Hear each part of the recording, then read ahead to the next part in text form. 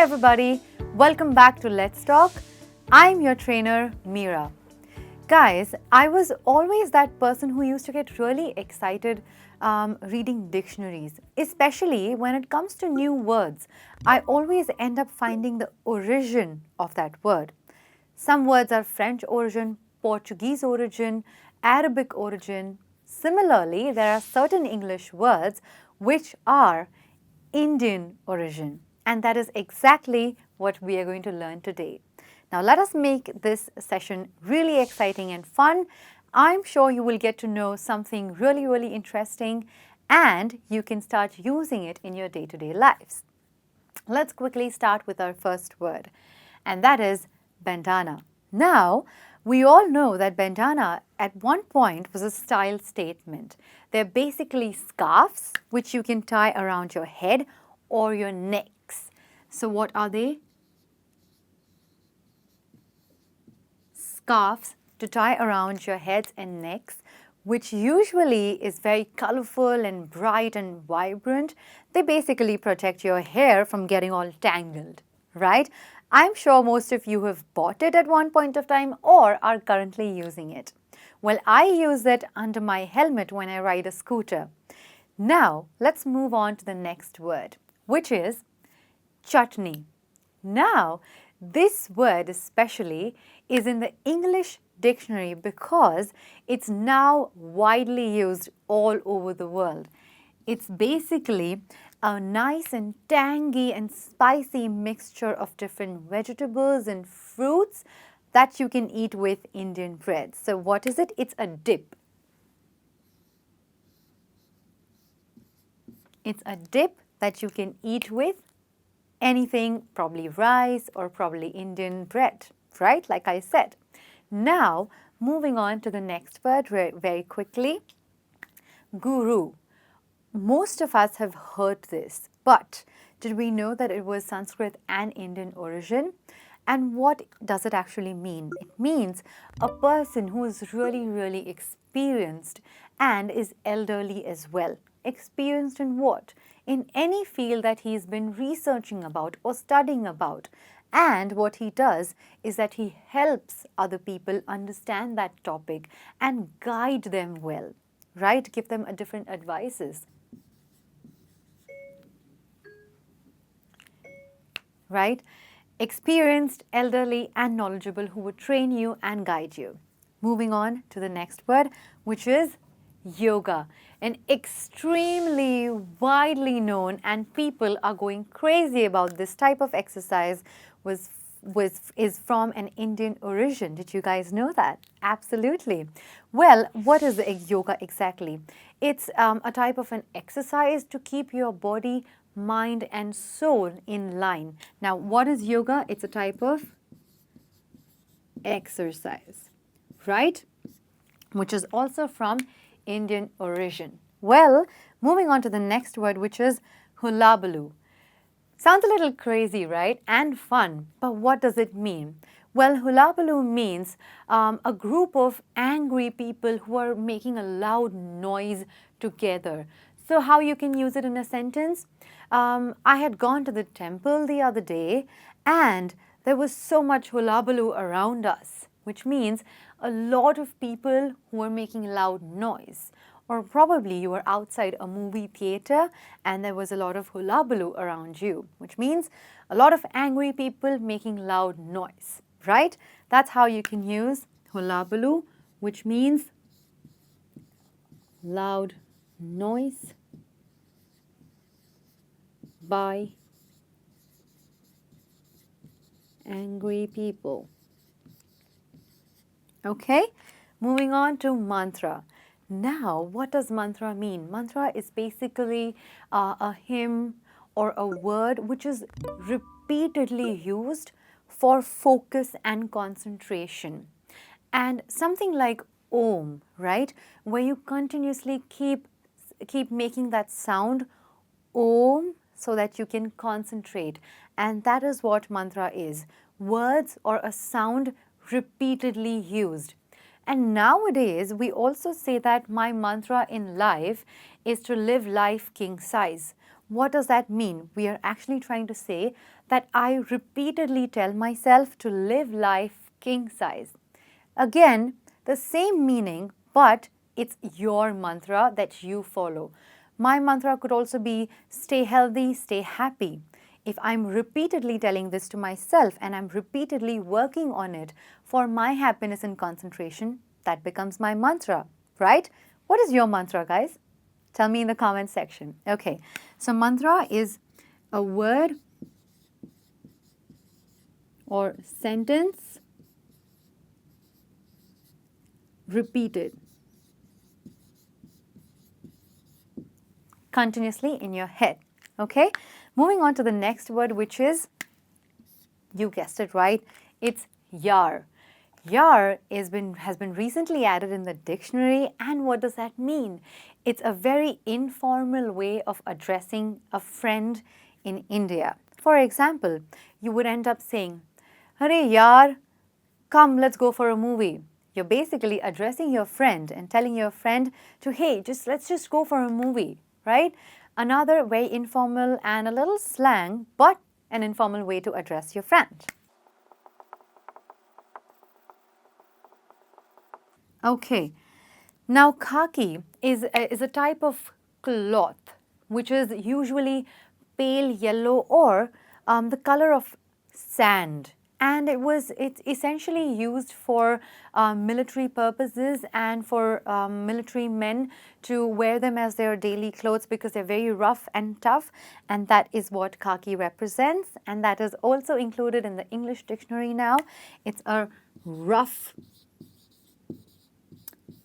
cloth, usually pale yellow or sand in color, a little brownish tinge. Okay, so military people used to wear khaki color clothes or khaki clothes. Okay, let's move on to the next word, which is chit. Now, a very short word for a Hindi word called chitti.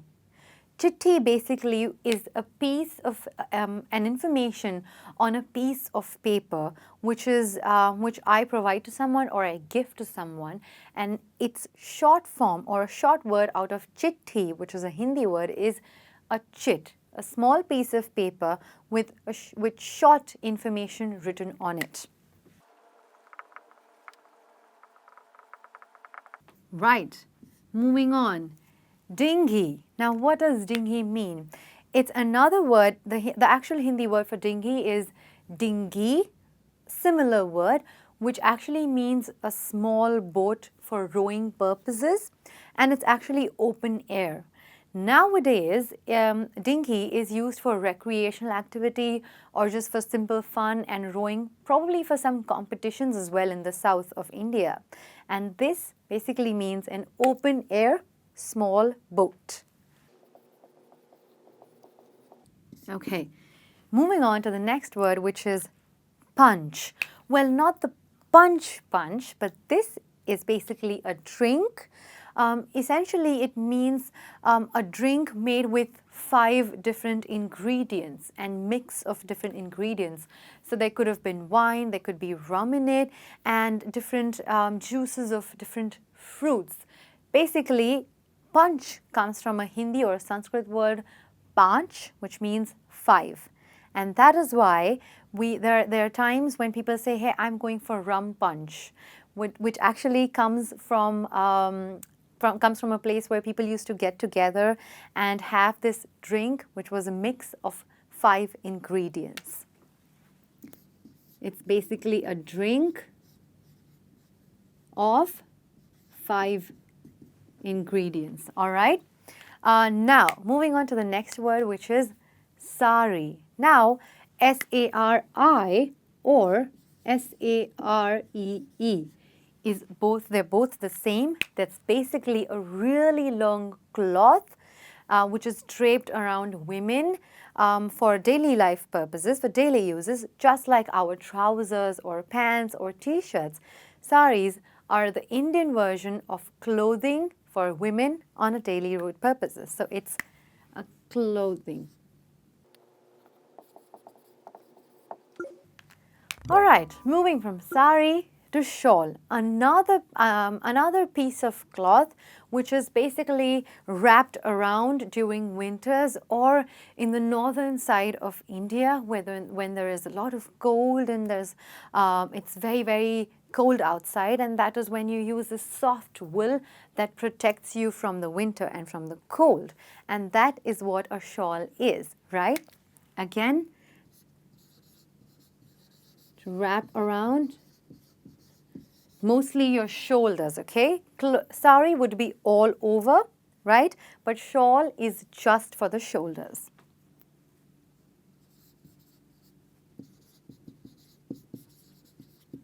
Now, Kashmir.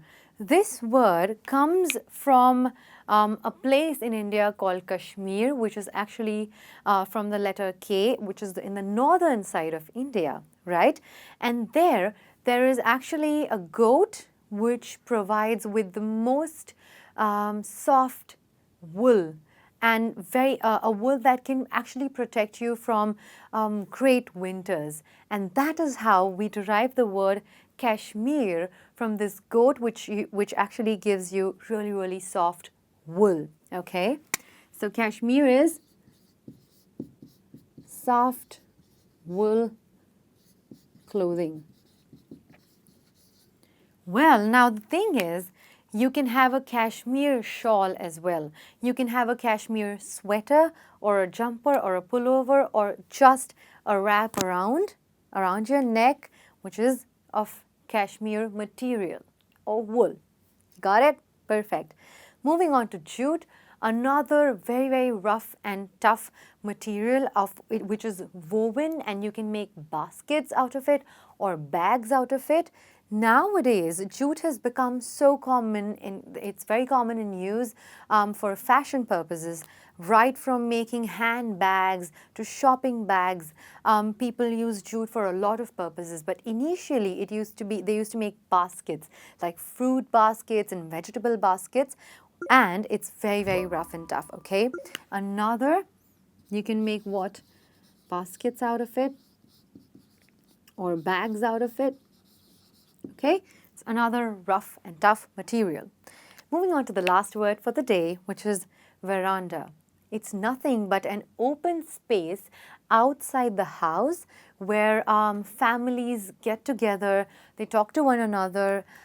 Initially, this word did not exist in English dictionary because there was no particular space as veranda in the UK because of the cold winters out there. You know, they usually had small areas, but not veranda. Veranda is a really, really large space where you can probably play around or sit around and gather with your family, right? It's an open space outside the house. Okay, so there you go. You have different varieties today with words which are from Indian origin. I'm sure you have learned something new today, and I'm sure you would use it in your daily life sentences. I hope that you've enjoyed today. I will meet you really soon with just another interesting topic right here. This is me, Meera, signing off for the day. Bye.